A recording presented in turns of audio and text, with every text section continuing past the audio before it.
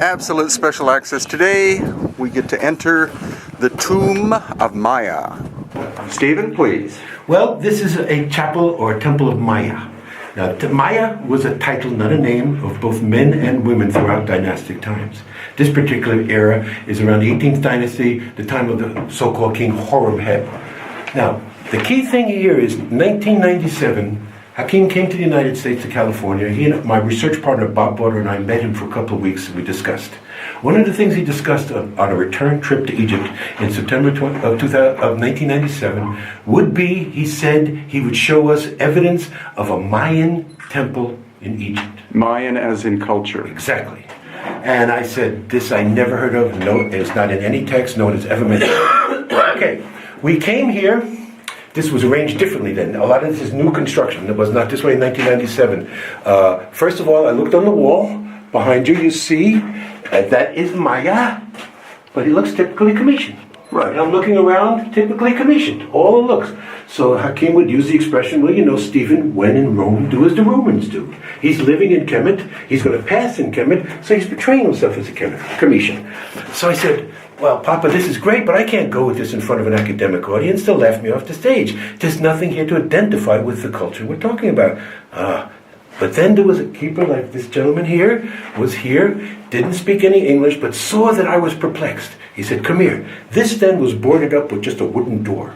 And there was latches there. He threw away the wooden slabs, opened the door, and he said, look up. And that is the key. Took a picture in 1997. Sent it to Mayan gatekeeper Hanbat's men. He said he recognizes this as the language of the Itza people, whereas Chichen Itza, he said, is an ancient language.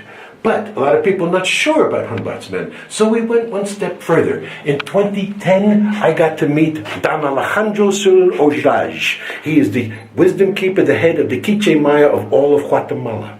I showed him this picture, and his eyes went as big as saucers. And he said to me, that is the language of my ancestors. That is a calendar. That is telling the date of when Maya was here.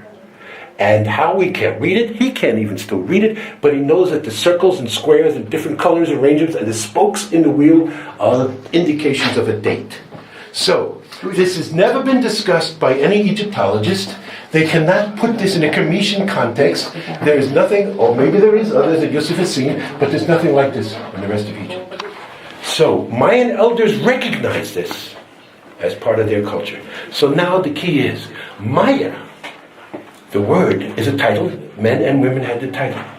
Very interesting, because we've talked about the difference between Egyptian Arabic and other Arabic.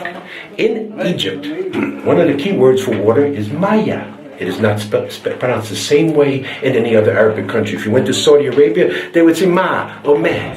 Only in Egypt is it pronounced Maya. And it means water. So I asked Hakim, could the title Maya actually have meant he who came from across the water, or ones who came from across the water? He said, yes.